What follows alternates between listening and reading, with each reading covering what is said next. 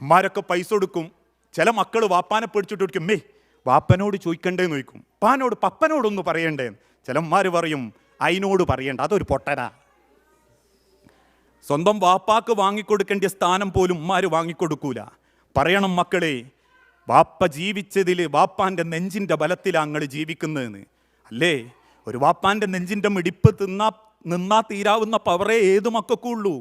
എത്തീങ്കാനൻ്റെ ഒക്കെ വാതിലൊക്കെ ഒന്ന് പോയി നോക്കണം. ഈ കഴിഞ്ഞ ദിവസം ഒരു വിദേശത്ത് വെച്ച് അപകടത്തിൽ മരിച്ച 28 വയസ്സുള്ള ഒരു ചെറുപ്പക്കാരനുള്ളത് 6-7 വയസ്സും 3 വയസ്സുള്ള 2 പൈതൽ മക്കളാ.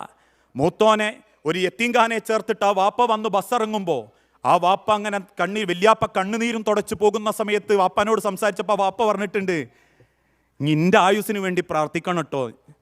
കാരണം യത്തീങ്കാനൻ്റെ വരാന്തയിൽ ഇഞ്ച മോനെ ആക്കി തിരിച്ചിറങ്ങിപ്പോരുമ്പോൾ എൻ്റെ മോൻ്റെ തിരിച്ച നോട്ടം കണ്ടിട്ട് എനിക്ക് എൻ്റെ മരിച്ചോയോനെ ഓർമ്മ വന്നതെന്ന്. ഞാനിപ്പോഴും പ്രാർത്ഥിക്കുന്നത്, പടച്ചോനെ എനിക്കിങ്ങ് ആയുസ് നീട്ടിത്തരണം എൻ്റെ പേരക്കുട്ടികളെ നോക്കാനെന്ന്. ഒരു വാപ്പാൻ്റെ നെഞ്ചിൻ്റെ മിടിപ്പിൻ്റെ ബലമേ ഉള്ളൂ മക്കളെ നിങ്ങൾക്ക്, ഭാര്യമാരെ നിങ്ങൾക്ക്. അതിൻ്റെ ബലത്തിൽ ഞങ്ങൾ ജീവിക്കുന്നവും ആ ബലത്തിൽ ഞങ്ങൾ കിടന്നുറങ്ങുന്നവും. ചാരത്ത് കിടക്കാൻ ഒരാളില്ലെങ്കിൽ നമ്മളെ മാംസത്തിന് വില കൂടും, നമ്മളെ അഭിമാനത്തിന് ഇടിവ് സംഭവിക്കും. പലരും നമ്മളെ മറ്റു പല അർത്ഥത്തിലും സമീപിക്കും. ഒരു റോട്ടുമക്കിറങ്ങാൻ പോലും സ്വാധീനമല്ലാണ്ടായി വരും.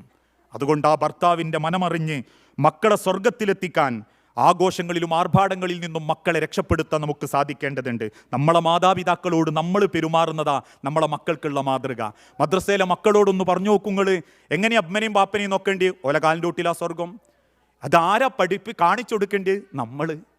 നമ്മളെ ജീവിതത്തിൽ നിന്ന് മക്കൾക്ക് അത് കണ്ടുപഠിക്കാനേ പറ്റൂ. വാപ്പനെയും ഇമ്മനെയും നോക്കിയാൽ സ്വർഗം കിട്ടുന്നേ മദ്രസയിൽ നിന്ന് പഠിപ്പിക്കാൻ പറ്റൂ. അല്ലാണ്ട് അവിടെ ഒരു വാപ്പനെയും ഇമ്മനെയും കൊണ്ടുവന്നിട്ട് എങ്ങനെ നോക്കണം എന്ന് അഭിനയിച്ച് കാണിച്ചു കൊടുക്കാൻ പറ്റൂല.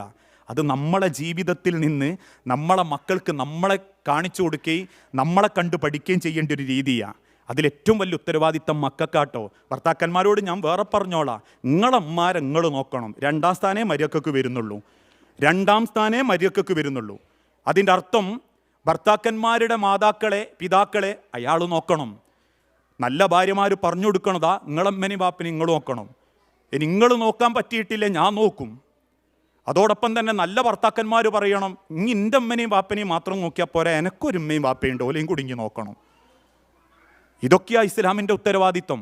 അതുകൊണ്ട് തന്നെ മാതാപിതാക്കളെ നമ്മൾ സംരക്ഷിക്കുന്നത് മക്കൾ കണ്ടാലേ നമുക്കത് തിരിച്ചു കിട്ടൂ. എൻ്റെ അമ്മ എപ്പോഴും പറയലുണ്ട്, എൻ്റെ ഉമ്മ അല്ലെങ്കിൽ എൻ്റെ ഉമ്മനെ ഞാൻ കണ്ടത്, ഉമ്മൻ്റെ ഉമ്മ കിടന്നെടുത്തിൽ വൃത്തിയേട് കഴിയുമ്പോൾ അതിങ്ങനെ കൈയോണ്ട് വാരി കവറിലിട്ട് അതിങ്ങനെ കെട്ടിയിട്ട് എൻ്റെ കൈമ തരികയും ഇനി പുറത്തുണ്ടച്ചിടുന്ന്.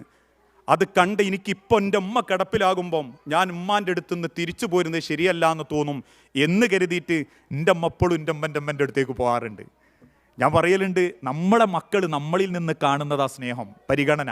എപ്പോഴും പറയാറില്ലേ, സ്നേഹം നമ്മൾ കൊടുത്താലേ തിരിച്ചു കിട്ടൂ. അതെന്നെങ്കിലും നമുക്ക് തിരിച്ചു കിട്ടും. ഒരൊറ്റ കഥയും കൂടി പറഞ്ഞ് ഞാൻ എൻ്റെ വാക്ക് അവസാനിപ്പിക്കുക.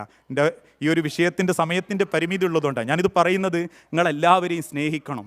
ഒരു കുശുമ്പോ അസൂയയോ മനസ്സിൽ വെക്കരുത്. നമ്മൾ കൊടുക്കുന്ന സ്നേഹം മാത്രമേ നമ്മളെ ജീവിതത്തിലേക്ക് അള്ളാഹു നമുക്ക് തിരിച്ചു തരൂ.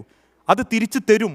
നമ്മൾ പ്രതീക്ഷിച്ചവരിൽ നിന്ന് അള്ളാഹു തന്നിട്ടില്ലെങ്കിലും മറ്റു പലരിലൂടെയും അള്ളാഹു കൊടുത്ത സ്നേഹം അള്ളാഹു ഒരിക്കലും വെറുതെ ആക്കി കളയൂല.